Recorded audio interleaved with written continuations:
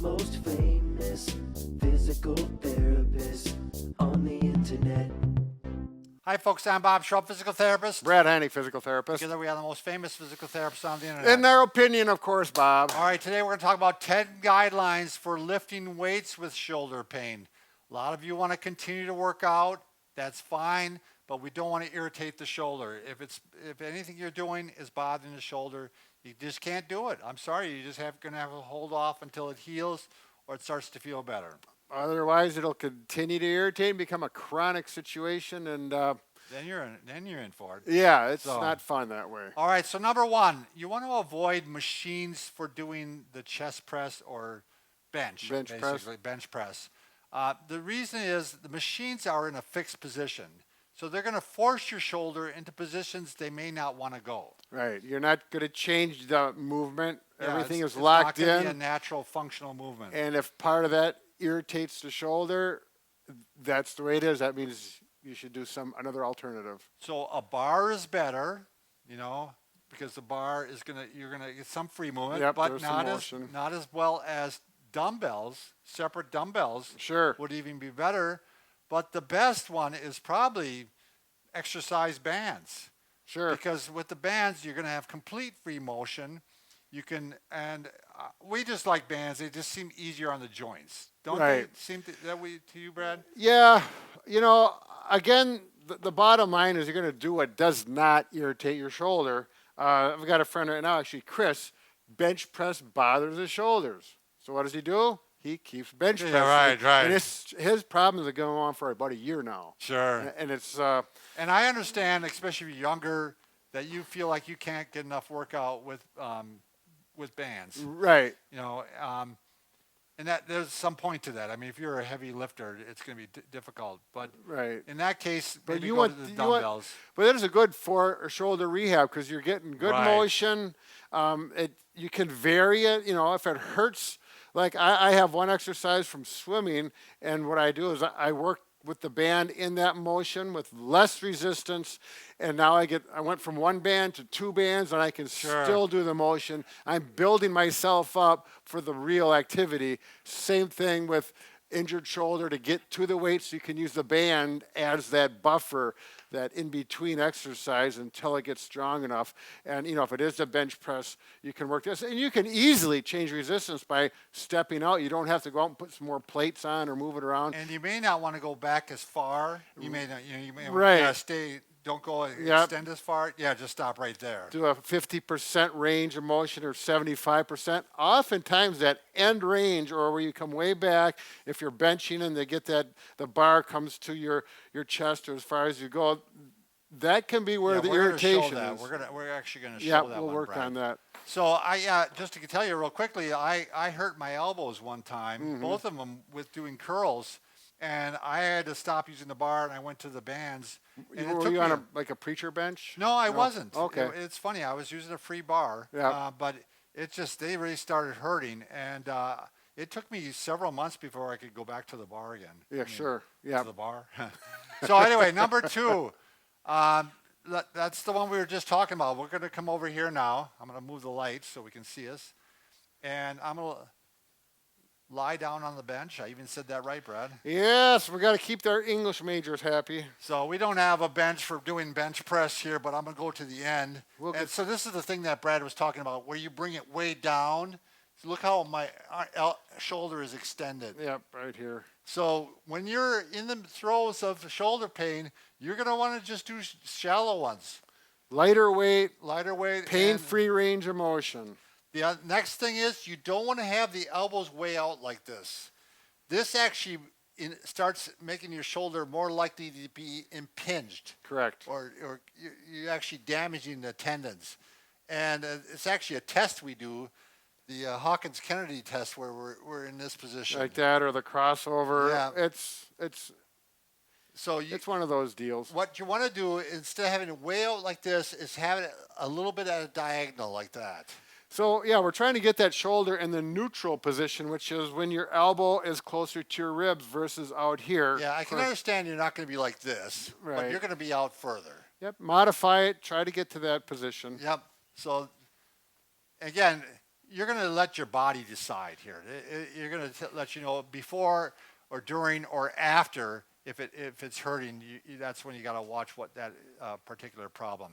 Or number 4, avoid shoulder presses. This is especially true behind the neck. Yes. So watch what my shoulder's doing. Look how much I'm extending my shoulder. It's way back, Yep. and I'm doing these. And a lot of times people, especially if they're trying to keep a good posture, they're even extending the arm even more. Right. And I'm not, to be honest, Brad, I'm not even a big fan of doing them this way because the reason is if you have really, really good form, I'm okay. And if your shoulder isn't bothering you, I'm okay. But if you're having shoulder pain, I won't even do forward presses either. Well, the increased odds for impingement are so much greater. And the one behind the neck, people get head forward posture, Yeah. and you can irritate your neck and cause a whole nother set of problems. Yeah, so I would definitely avoid Yeah. doing both of those, And there's to be people honest that really like these exercises. know. And they're saying, oh, you guys are full of. Yeah. Well, we're therapists that treated a lot of injured people. So we've had a lot of people that came in and said, well, I didn't listen to you, and then that's why I'm seeing you right now. Do you want to show the same is true with push-ups, Brad, that you want to not have abduction, you want to have your arms really, elbows as pointed much to the side as possible. Can we go down, Jesse?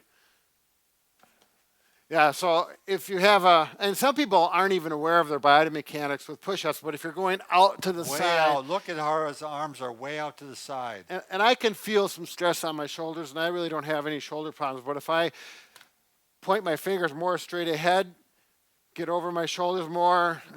Look how tight his elbows are to his sides. That's perfect form, Brad. And again, let's say you're doing these and you have a painful shoulder, and you can do them pain-free 50% of the way, but you go farther, it starts to hurt. Right. Then you just do that 50% of pain-free range until it improves and lower as tolerated. Do what it allows your body to do. Do what your body allows it to do because it's just you're not doing anybody any favors by pushing it. Yeah. The pain receptors are there for a reason, so listen to them. Shoulder raises. When you do shoulder raises, let's say you're doing just a straightforward like this. Yep. I want you to only go to 90 degrees. When you start going above like this, there's just the chance of impingement again. Right. Especially, again, when you're in the throes of shoulder pain. That's if you can do this pain-free, go ahead and do that. If you can only go up to 45 degrees, just go up to 45 degrees. Mm-hmm. Ideally, even the better way to do it is to actually what we call do it in scaption.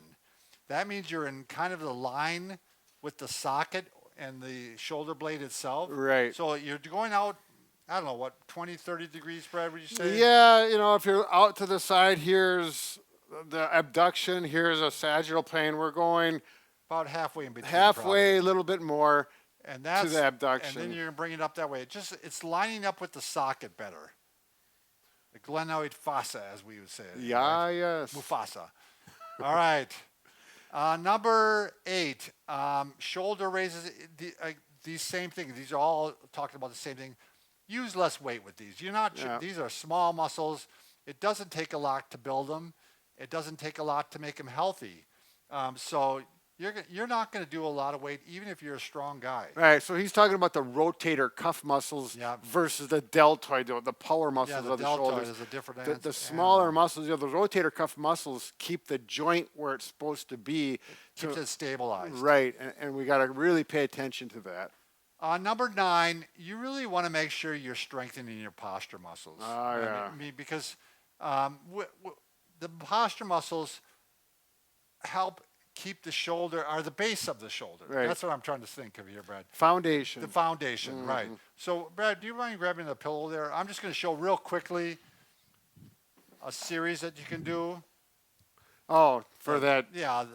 So for the scapula. Yeah, for the scapula. Again, to strengthen the muscles around, just doing these, the Y's, and you can have a pillow for your head, but you can do the T's.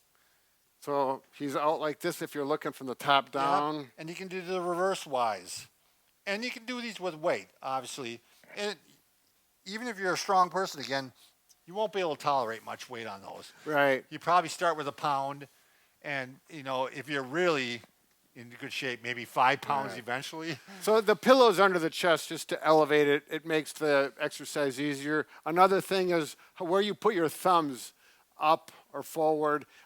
Like down here, I like to put the palms away. Right. But you can change that and see which way it's easiest and tolerated on the your best. shoulder, Yeah. right. Listen to your body on So that. again, if you get that scapula and shoulder blade in place, a lot of times your shoulder problems go away. Sure. A lot right. of shoulder problems are caused by the shoulder blades being forward. Yeah.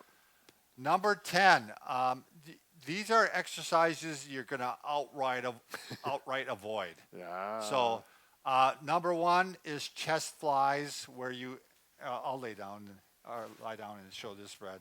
So basically, let me grab this. It's what we kind of alluded to before, where you're going to do chest flies because when you do those, you bring them way down like this, and Yeah. you're going way into extension. So you could do them shallow like this, but don't go way down like this. Right. And depending on how you do your flies, some people have a little straighter elbows, so it's more. Oh yeah, right, this. right. It's not like this. You're right. Chest flies are more like this. Right, and that actually stresses, especially when you get back here. Yeah. It's nice to put a stretch on a healthy shoulder, but if you got an injured shoulder, you go back, and that's where you could just bang, just like that, tear some tissues and set yourself way back. Now we already talked about behind the neck press ups. Yep. But also behind the neck pull downs. Oh, Same yeah, thing. lat pulls. Yeah, lat pull down. So you have the bar. So basically you could, if that was the bar, Yeah, we know they're not straight, but you're pulling down like this, and you're strengthening the latissimus dorsi. But right. again, you can do them this way, but don't do them behind the head. Yeah. The last one is bench dips. Right. I don't know why anybody wants to do these anyway. There's a lot better ways to strengthen the triceps. But Yeah, you want so- to show them, Brad? Yeah. And some of these, if they're your favorite exercises, you're gonna be like, I can't stop that. Well, There's so many alternatives Yeah. to this. So I'm kind of in the way, Yeah, but you're kinda in it's the way. these. This Yeah. really puts the shoulder at end range with a fair amount of force on it.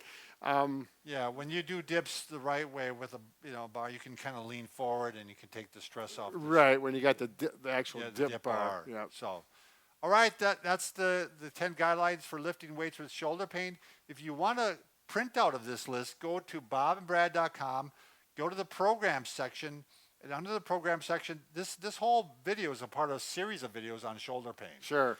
I don't know, we've got 30-some videos, I believe. On the shoulder. I believe. And so if you go to that shoulder pain section, you'll see the videos. You can pick out which ones you might want to watch. Right. Look for this one, 10 guidelines for lifting weights with shoulder pain, and underneath it, there'll be a printout. You can print out, it'll have everything we said here today. Right. It's a good deal. We don't even ask for an email. It's free. There's no cost, and we don't even ask for your firstborn child. So thanks for watching.